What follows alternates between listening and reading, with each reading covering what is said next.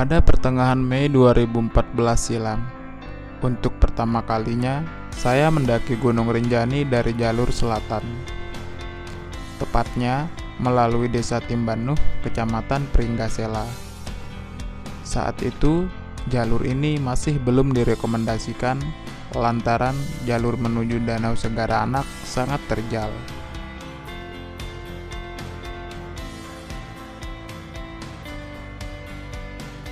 Dan pada saat itu, saya beserta teman-teman tidak berencana turun ke Segara Anak. Kami mendaki tanpa harus dibebani mencapai tujuan tertentu. Di titik manapun kami lelah, di sanalah kami membangun tenda untuk bermalam. Dan pada akhirnya, kami bermalam di setiap pos. Hingga total lama pendakian, 5 hari 6 malam. Setidaknya 2 hari sebelum pulang, kami dapat menikmati keindahan Danau Segara Anak dari atas Pelawangan Selatan.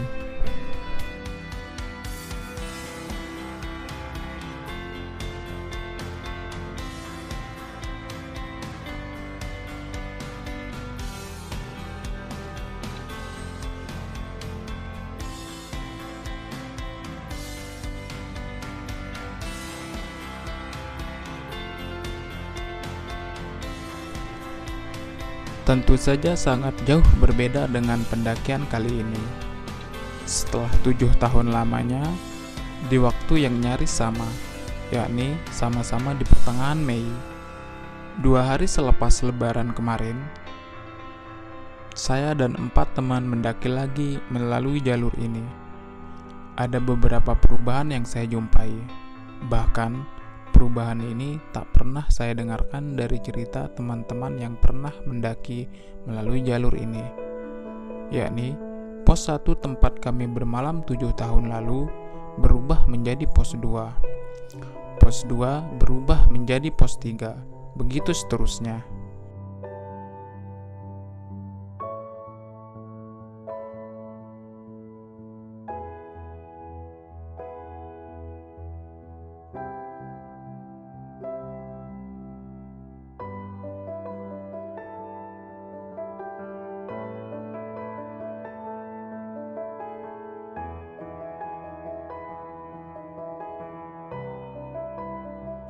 Baiknya, sumber mata air masih cukup berlimpah di setiap pos.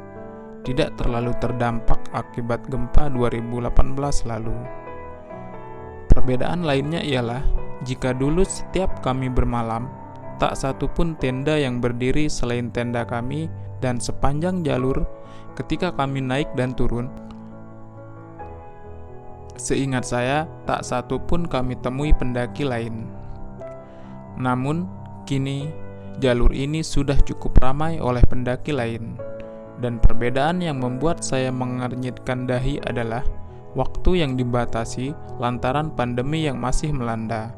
Betapa tidak, setiap pendakian hanya memiliki batas waktu 2 malam 3 hari.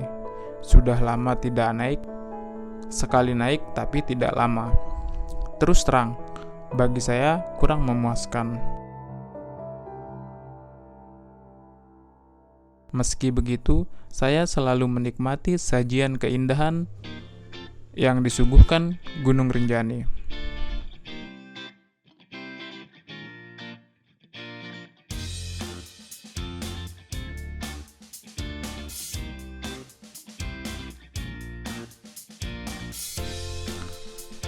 Setiap jalur di Gunung Rinjani memiliki keindahannya masing-masing. Jika jalur Sembalun diawali dengan padang sapana, sementara jalur selatan diawali dengan lebatnya hutan, dan diakhiri dengan padang sapana yang tak kalah eksotis dengan jalur Sembalun. Bicara soal hutan, di dalamnya masih berlaku hukum alam, atau yang sering kita sebut hukum rimba. Berbagai jenis satwa liar yang hidup sebagai ekosistem masih dalam tatanan seperti sedia kala, di mana hukum rimba tetap berlaku. Siapa kuat, ia menang dan bertahan.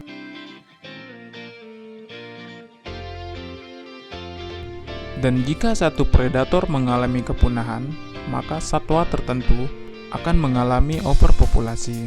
Hal ini tentu saja akan mengganggu tatanan ekosistem lainnya, tak terkecuali kehidupan manusia itu sendiri, hingga menimbulkan ketidakseimbangan alam. Hutan memiliki peran yang sangat besar terhadap semua tatanan ekosistem di bumi ini. Pohon-pohon menghasilkan oksigen untuk keberlangsungan makhluk hidup. Kekayaannya yang berupa hasil bumi dan air dapat menopang kebutuhan pangan setiap hari. Kecuali kalau situ telah teracuni keserakahan.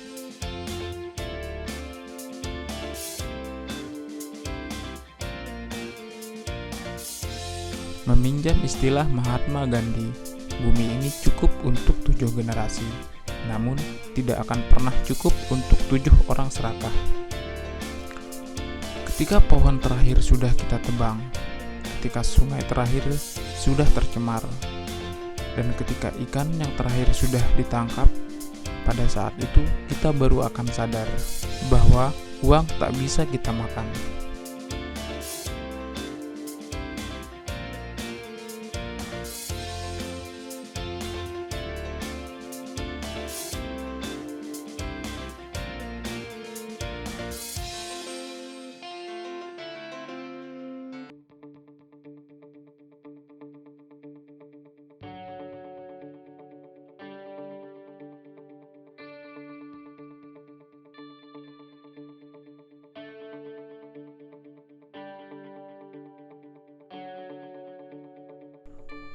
Kini, jalur selatan ini telah diresmikan sebagai jalur resmi, meski masih tak dianjurkan turun ke Danau Segara Anak. Tak seperti jalur Sembalun yang selalu ramai pengunjung sebelum pandemi, sebab jalur Sembalun ini satu-satunya jalur yang dapat menghemat waktu untuk menuju puncak Rinjani, kemudian mengunjungi danau cantik itu. Namun, jalur selatan memiliki keunikan tersendiri, bahkan tak dimiliki jalur lainnya, yakni terdapat puncak yang dinamai Puncak Sangar.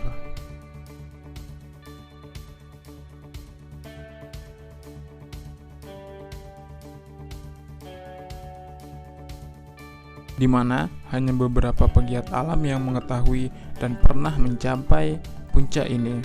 Sebab konon Puncak Sangar ini sangat ekstrim untuk dinaiki.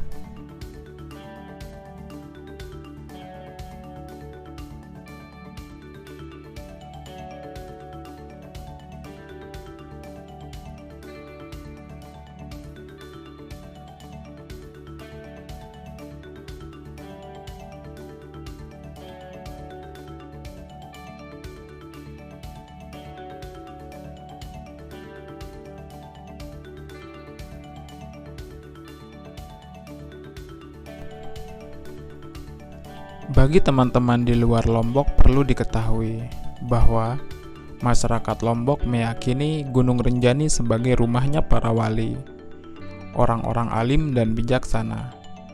Keyakinan ini bukan persoalan benar atau tidak, pula bukan soal mitos atau bukan.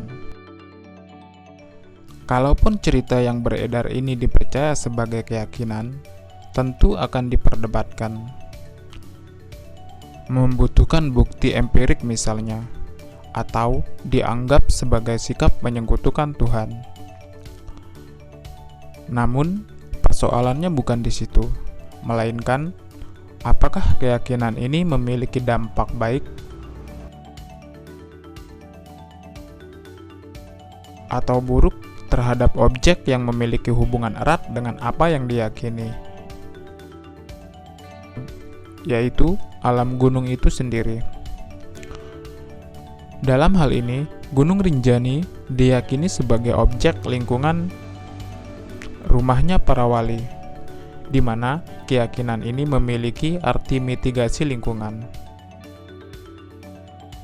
Mitos sebagai mitigasi lingkungan, kira-kira seperti itu.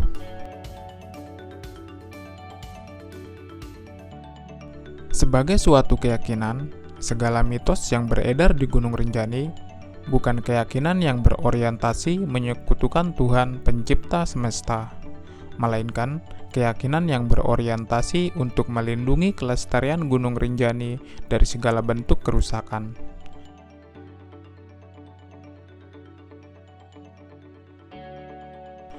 Seseorang yang meyakini mitos ini pasti memiliki kesadaran lingkungan yang tinggi, sebab bila seseorang tersebut membuang sampah sembarangan, tentu akan merasa gelisah dan tidak enak hati, karena keyakinan itu melekat bahwa betapa kurang ajarnya mengotori rumah wali, atau betapa kurang ajarnya suatu kelompok yang hendak merangsek ke dalam hutan lindung guna membangun fasilitas komersil yang bersifat permanen.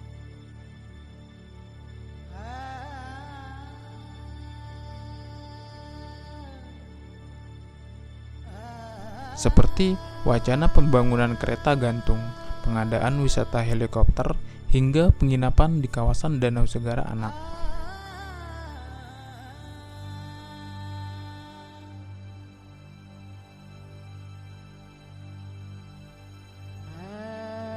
Hal ini dibenarkan oleh sejarawan UGM, Sri Margana.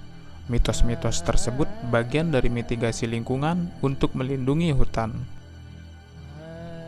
Kepercayaan lokal itu terus direproduksi dan efektif menjaga hutan ketimbang sekadar papan peringatan. Ini mitigasi lingkungan, kata Margana yang termuat dalam sebuah artikel yang berjudul Menemui Para Pertapa Modern Alas Purwo yang dimuat PAIS Indonesia pada April 2018, di mana hutan Alas Purwo diyakini sebagai tempat singgahnya roh Raja-Raja Jawa, roh Presiden Soekarno dan Wakil Presiden Muhammad Hatta. Di Alas Purwo juga ada norma-norma yang harus dipatuhi, sebagaimana mitos yang beredar di Gunung Rinjani, yakni percaya bencana akan datang menemui orang-orang yang melanggar pantangan tertentu, seperti setiap pengunjung dilarang memburu satwa liar, dilarang membakar hutan, dan dilarang keras membawa apapun dari hutan.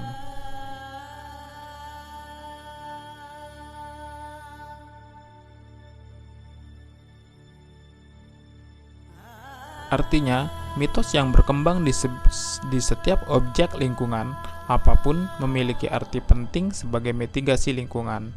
Di sini, masyarakat adat tradisional memiliki peran yang sangat besar untuk menjaga keseimbangan alam.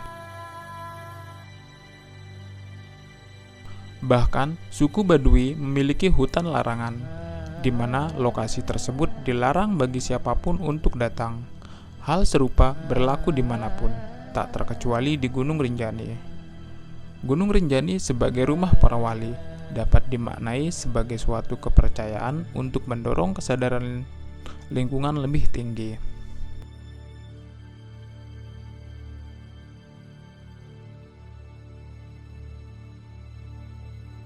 Karena Rinjani dianggap sebagai gunung sakral, sehingga tak boleh dikotori dan dicederai dengan pembangunan komersil, misalnya. Sebagai sebuah keyakinan, pembangunan ini bukan hanya melukai budaya yang ada, tetapi dikhawatirkan penunggu Rinjani akan murka. Murka dengan bentuk bencana alam, seperti hilangnya sumber mata air yang menyebabkan kekeringan, berkurangnya pepohonan yang dapat menopang banjir dan longsor, serta menghilangkan mata pencaharian masyarakat di kaki Gunung Rinjani. Oleh sebab itu, tolong hormati kepercayaan dan budaya masyarakat setempat. Kalaupun kalian masa bodoh dengan mitos, mohon diartikan sebagai mitigasi lingkungan.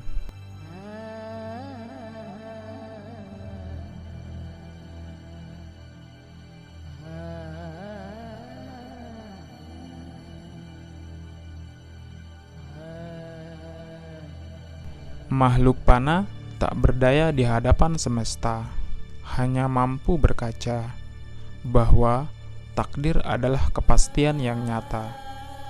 Bahagia boleh tertunda, asal langkah tiada muara. Biarkan saja gunung tak bersenja, toh waktu selalu menunggu dan menjaga. Angin membawa kabar gembira, cemara tua mencipta realita abadi milik Sang Pencipta. Adillah sejak langkah pertama.